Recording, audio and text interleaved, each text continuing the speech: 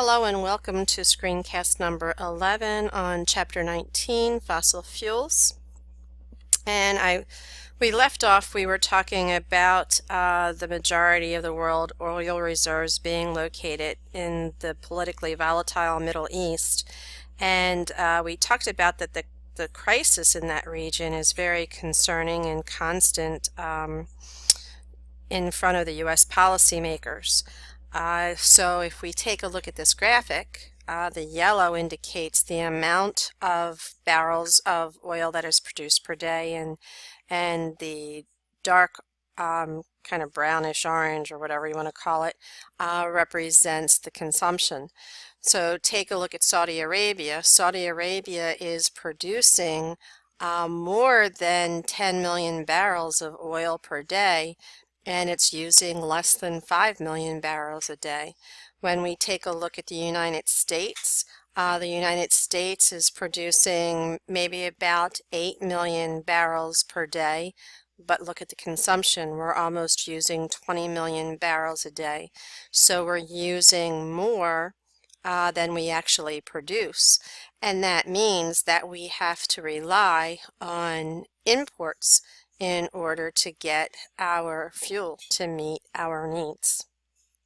So by turning to Canada's oil sands as a primary source of oil represents a perfect solution for the United States. And when we think in terms of Canada, it's stable, it's friendly. The democratic neighboring country,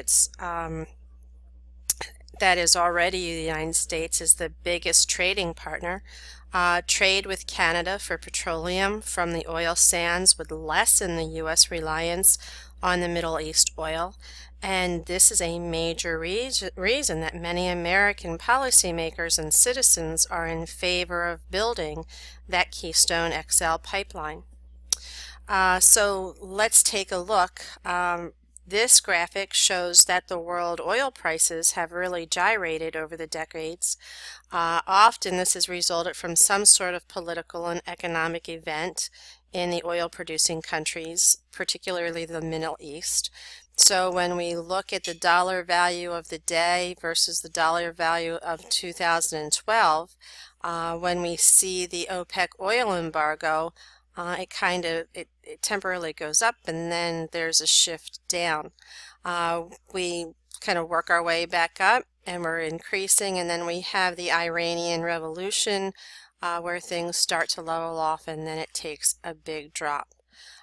Things start to pick up and then the Gulf War happens and things drop down, and then it starts to come back up again and the U.S. invades Iraq. We go for a buildup, and then we get Hurricane Katrina and Hurricane Rita that have an impact, and it kind of slows it a little bit. So there's a direct correlation to what happens around the world and the amount of oil prices that we have. So using Canada's oil sands solves many of the issues that are associated with U.S. oil supply. The United States is also pursuing other means to prevent another embargo like the one that happened in 1973. And we're trying to diversify our sources of foreign oil as one way that the U.S. government responded to that 1973 embargo. We've enacted conservation measures.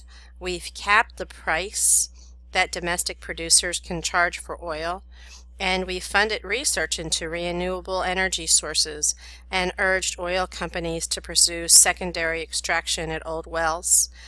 We've established an emergency stockpile, which today stores 1 month of oil, and this is deep under the ground in the salt caverns of Louisiana. It's called the Strategic Petroleum Reserve. And we're developing additional domestic sources, including offshore oil from the Gulf of Mexico. We also have reduced our reliance on foreign oil by boosting domestic production that has driven the expansion of offshore drilling into the deeper waters, and we are driving to push to drill for oil offshore in the waters of the Arctic, despite the environmental risks. We're also looking towards Canada and Mexico and Venezuela and Nigeria as sources of our fossil fuels. So the United States is working to provide its own energy. The government has enacted conservation measures, and they have funded research in renewable energy resources. And the companies are doing secondary extractions at the wells. Many, as we talked about, want to drill in the Arctic National Wildlife Refuge, despite charges that drilling will destroy America's last true wilderness and add little to the U.S. oil production. So they are trying to find ways that will impact that area less so that they can extract the oil. And we know that there's a lot of oil that is in that area. So taking a look at this pie chart, this shows how the United States imports most of its oil from non-OPEC nations and from non-Middle Eastern nations. So we get about 20% from non-OPEC nations, 23.8% comes from Canada, 10.6% is from Mexico. We do get about 10.5% from Saudi Arabia, and Venezuela, which is an OPEC nation, but Nigeria and Russia and Iraq and other OPEC nations make up smaller percents, so that our biggest reliance is on non-OPEC nations. All right, so from here, how will we convert to renewable energy? That's the question that we ask. Knowing that fossil fuels supplies are limited and their use has consequences, many of the scientists and environmental advocates and businesses and policymakers have concluded that fossil fuels are not a sustainable energy solution. We need to shift to clean, renewable sources of energy that exert less impact on natural systems and human health. And many nations are moving far faster than the United States. For example, France relies on nuclear power for its energy needs. Germany is investing in solar power, and China is forging ahead in developing multiple renewable energy technologies instead of relying on just one. So we need to make the transition, and we need to prolong the fossil fuel conservation so we have fuels available for us in the long term. Here's another graphic that shows, like we saw before, it shows the ovals are the many causes of our depletion, and consequences are the boxes that we see on here. The arrows in the concept map lead from the causes to the consequences, and note that the items grouped within the outlined boxes do not necessarily share any special relationship to the outlined boxes. They're merely intended to streamline the figure. So we can look at limited non-renewable supplies, and that causes us to deplete our fossil fuels. Our growth per capita consumption depletes our fossil fuels. Low prices makes our reliance on fossil fuels. As we look at these, they contribute to greenhouse gases, pollution, extraction impacts, economic depression, economic loss. Okay, so quite a bit of consequences that go on.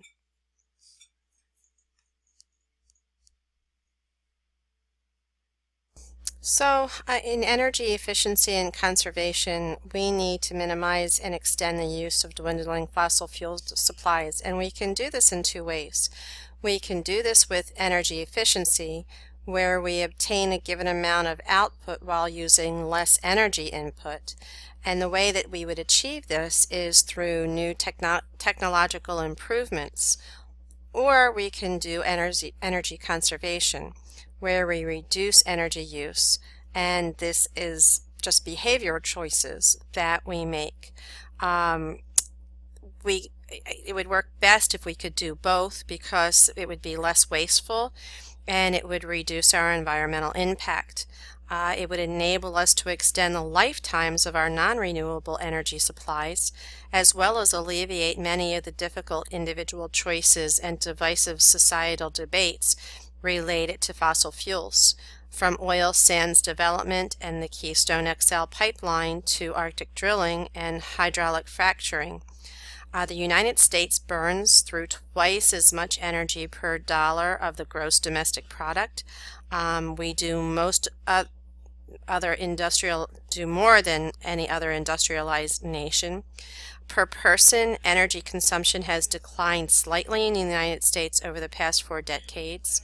United States has reduced its energy use per capita from the gross domestic product by about 50%, and Americans are achieving tremendous gains in efficiency already, so they should be able to still make greater progress in the future.